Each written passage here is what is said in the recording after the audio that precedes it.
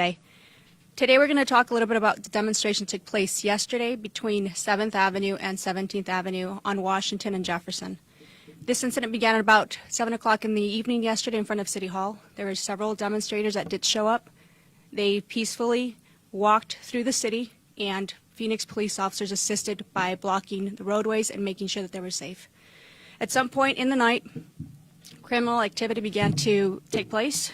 At approximately 10:53 p.m., an unlawful assembly was declared in the area. There was criminal damage to vehicles, to buildings, and there were bottles and rocks being thrown to police officers. DPS was also involved in this incident. They were at the state capitol, and I will provide you guys with a list of all the arrests that took place yesterday. Just see me before you leave, and I have the names and booking numbers for them. And now I'll let Chief Williams speak. She will be available for a couple of questions. If there's any very specific information that you're looking for as an incident to an arrest or anything like that, I will be the person for you, okay? Chief Williams? Thank you, Sergeant Fortune. Thank you, everyone, for coming today. Good morning. Last night, residents of our community gathered to exercise their First Amendment rights, which, as you all know, we definitely support. They marched peacefully from City Hall to the state capitol in honor of George Floyd, the Minneapolis man who died earlier this week while in police custody. While I don't know all the circumstances around his death, I've seen the video. I, too, like most of the country and other chiefs around the country, are absolutely outraged with what I saw. It does not reflect the values of this noble profession we call policing, and it certainly doesn't align with the expectations I have, you have, of the Phoenix Police Department. We're committed to protecting life and to working with and serving our community. And last night, that was our mission, too. So we worked with community and faith leaders beforehand to ensure a peaceful event. During the demonstration, you all saw it on video, our officers patiently blocked roadways, allowing space for hundreds in attendance to safely make their way through our roadways of our city, and the process worked peacefully for several hours. Unfortunately, the actions of a small group of individuals changed that peaceful protest to one that was criminal. As I mentioned before, we do respect all those who want to exercise their First Amendment rights peacefully, and we support that. But we cannot and will not tolerate criminal activity which endangers our community, our officers, and other demonstrators. Those in attendance were given several viable routes to leave the area, yet they remained and continued to block traffic and damage property, as was mentioned by Sergeant Fortune. Through the late evening, demonstrators damaged police and civilian vehicles, police businesses, neighboring businesses, even after officers continuously declared the unlawful assembly. But despite this, my officers were patient. They provided clear and concise direction for and to everyone to leave the area once the criminal activity began. I do want to give a shout out and thanks to my partners in law enforcement for all of their support last night. Phoenix Fire played a crucial role in providing medical assistance to the demonstrators and at least 2 of my officers who were treated for heat exhaustion. Phoenix police officers last night demonstrated patience, and above all, they kept our community safe.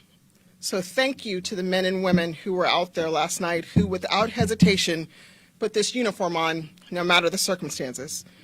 We as a community cannot stand for criminal activity which can result in injury or property damage. As a Phoenician, native Phoenician, I know that this is not who we are, but we're encouraging folks, if you want to protest, please make it peaceful, and we will be there to support, help, and assist. So with that, we'll take a couple of questions, and then I'll turn it back to Sergeant Fortune.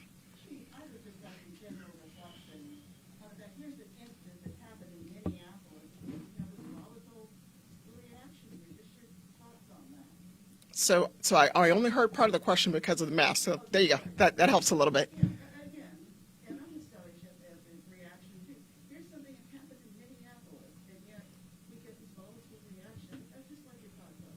So what we as police chiefs and communities are finding is that when something happens in other jurisdictions and agencies, especially things that are caught on video that are so egregious that pretty much rock us to our core, that people take to the streets, that they want to vent, they want to demonstrate, they want to express And the Phoenix Police Department is there to help and assist with peaceful protests. We're not going to minimize that ability, but we are asking people who choose to do so to protest peacefully. We saw for several hours, if you all look at camera footage, for several hours we were walking around the city of Phoenix, blocking traffic, using buses, using our motor officers to help folks peacefully go throughout our city.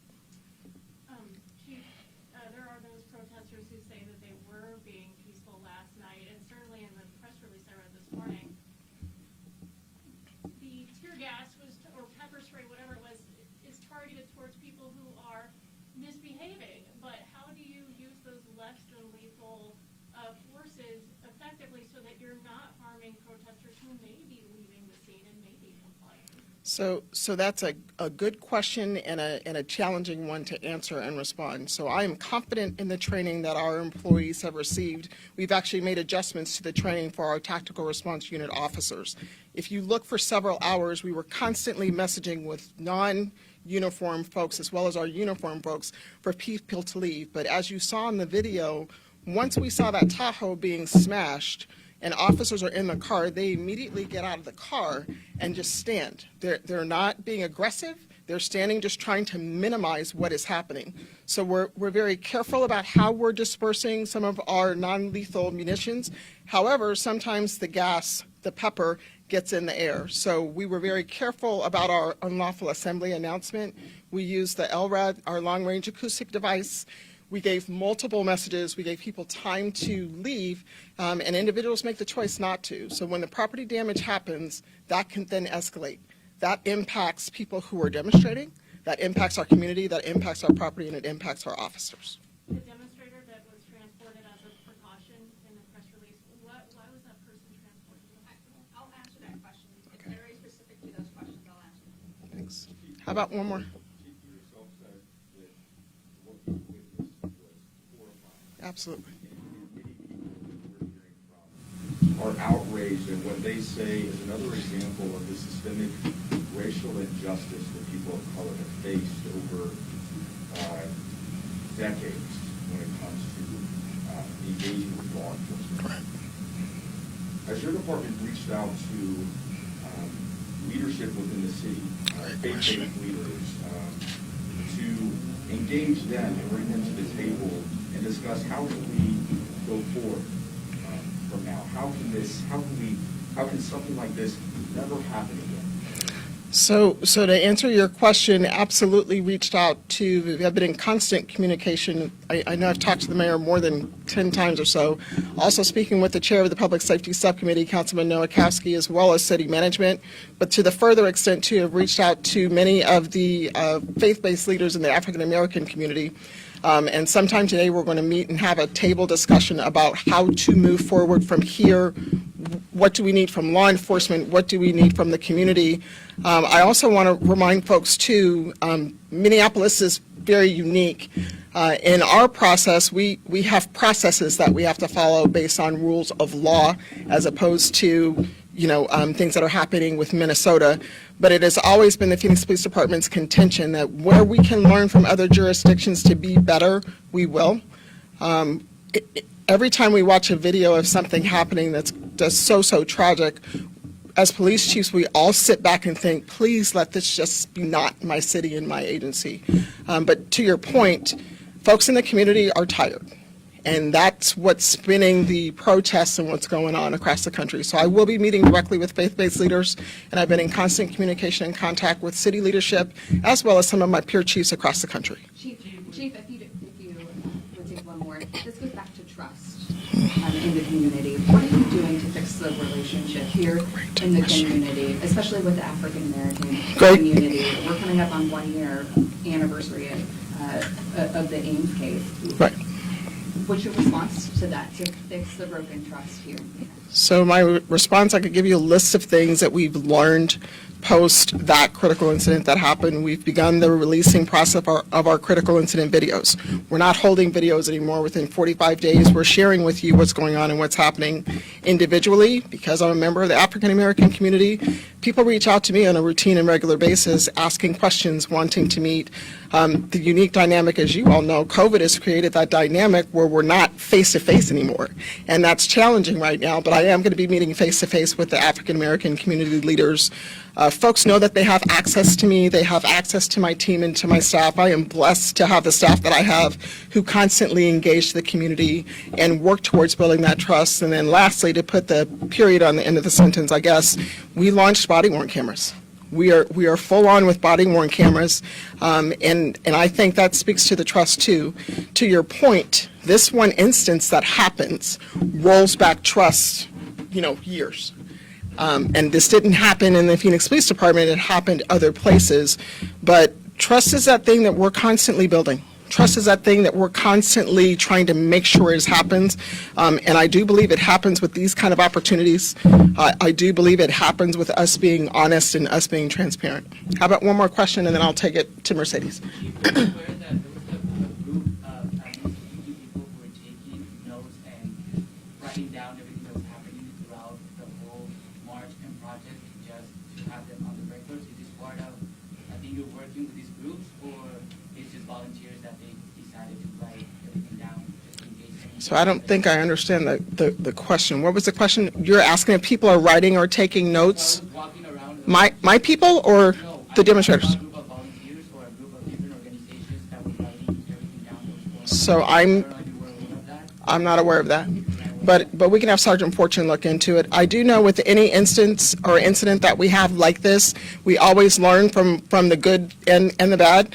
I will say this, I think the Phoenix Police Department engaged and reacted amazingly last night, but we always do an after-action report so that we're looking at what we did, how we did it, where did we go, how can we adjust and improve.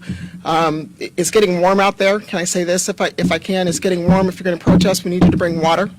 And just have a plan of, if you're walking 3 or 4 or 5 miles and your legs get tired, have a plan of how to get back to where you started from. Will you do anything different tonight? We will make sure that we keep the community safe, which is nothing different. We'll make sure that we keep the media informed and engaged. I do want to take this opportunity, though, too. We declared an unlawful assembly last night. And so we need the media to understand when it gets to that point, it's a criminal matter. When it gets to that point, it's dangerous for you to be there too. So we would ask for your assistance that if we get to the point of declaring an unlawful assembly, we do mean that that's you all too. And I'll have Mr. Wilson, Director Wilson, circle back on that with our media partners. One last question. Speaking of unlawful, was that when you guys put out the tweet to let the media know not to be in areas? Right, absolutely. So we put out tweets, we put out LRAD. We've had just so many lessons learned over the time that I've been here too. We want to make sure we constantly engage you all because you're providing information to the community too. But when it gets to the point to where it's dangerous and we declare an unlawful assembly, we need you all to comply with that also. So with that, I'm going to turn it back to Sergeant Porter. There, though, to show what's happening.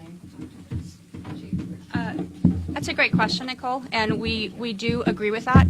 I think that sometimes we have to balance the safety of everyone, and so we care about the media safety as well. We don't want you to get hurt. We understand that there is a need to keep our community informed. We do, and we support that, and that's why we go to social media. We try to do as much as we can as well, but we have to remember that we care about your safety, and we don't want anyone at all to ever be injured, understanding that they're just there to report. We talked about a little bit of the group thing, right?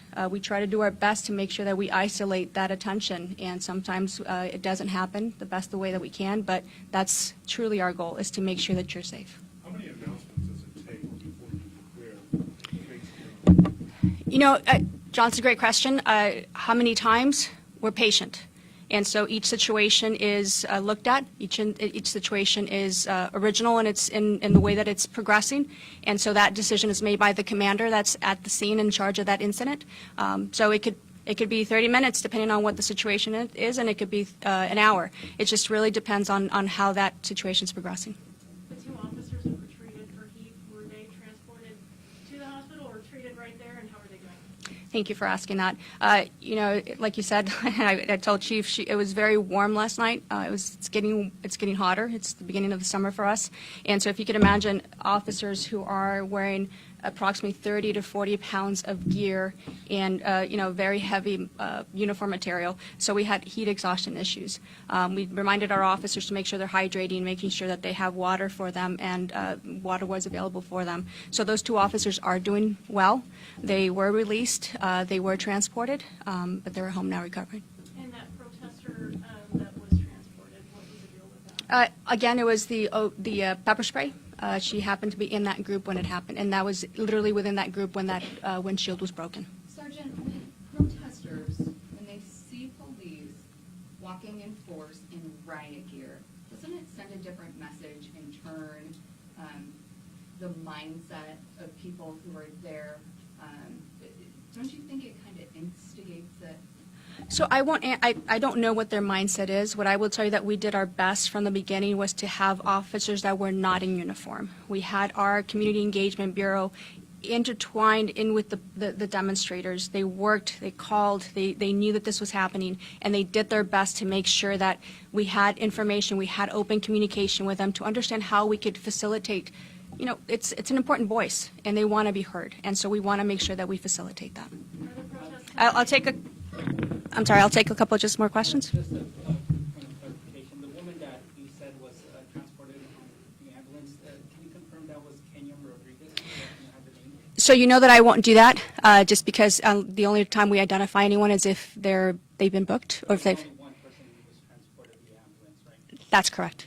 Yes. I'm just curious, where was the police chief last night? We saw the colonel for DPS going out and talking in person, and I'm just curious, where was she? I think every leader of each organization has their own personality. Chief Williams was with us. She was monitoring. She's very actively engaged in what is happening, and she was well aware of the situation. Sergeant, One more question. is there a protest tonight, and if so, how do you guys kind of monitor the situation?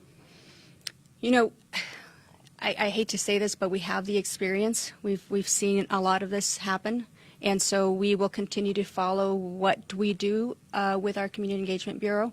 We will have detectives speaking to them. We'll, again, open the lines of communication. Chief made a great point to remind demonstrators to please be safe, bring water, make sure that you're looking after yourselves. And we're going to do what we do, keep them safe, make sure that we continue to monitor and see how it progresses. You're aware of one tonight? I think we are aware of one. We have seen some social media posts about it, and so we'll continue to monitor it. All right, thank you very much.